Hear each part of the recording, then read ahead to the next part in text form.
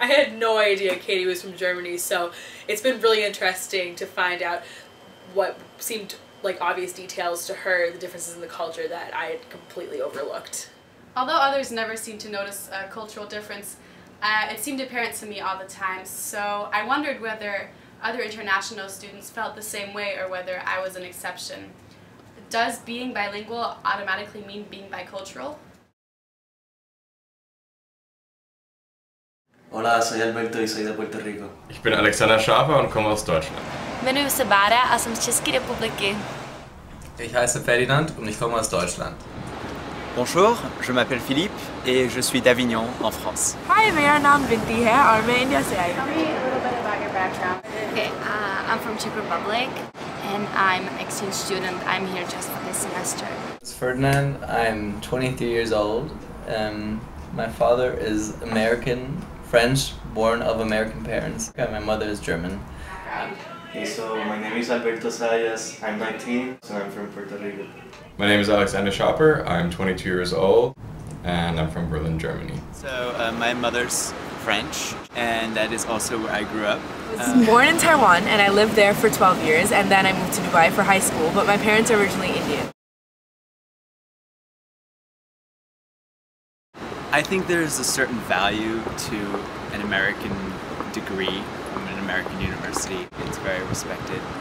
What brought me to the US is that the US higher education system is superior in my eyes to the one offered in Germany. I just wanted the experience of getting out of home. Here I had the opportunity to live by myself and get involved and immerse in another culture.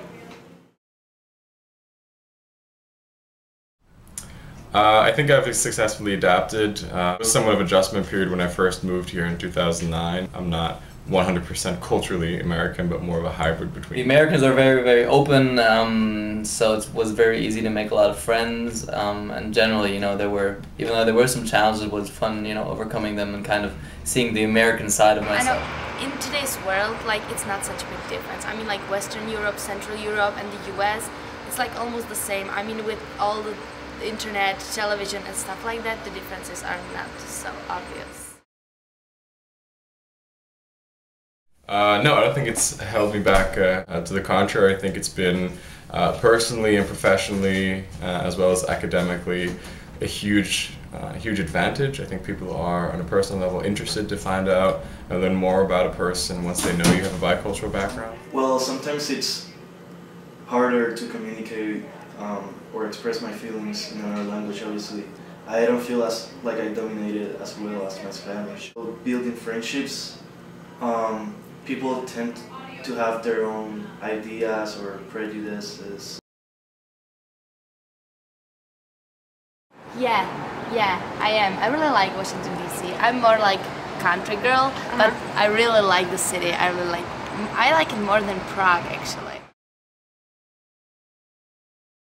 People here are a lot more like casual than over there. Like here you can go to class in your sweatpants and flip-flops and nobody really cares. But over there, like you always have to be like some kind of dressed up. Everyone would wear like branded thing. You always eat out. I mean, we never eat out. Like The level of patriotism and identification with the country and its values, I could definitely say that it's somewhat stronger in the US, in Germany for historic reasons. Like timing, like people are more used to like late days there. Over there, like people eat dinner at like 2 a.m. Like that's Like always asking how are you doing and stuff like that, but you don't really care like how am I doing. So it's weird. It's my biggest problem because I always tend to like answer people when they ask me how I am. Just like how are you, and like, oh, I'm tired, a lot of work, and they don't care. They stop listening like in the middle.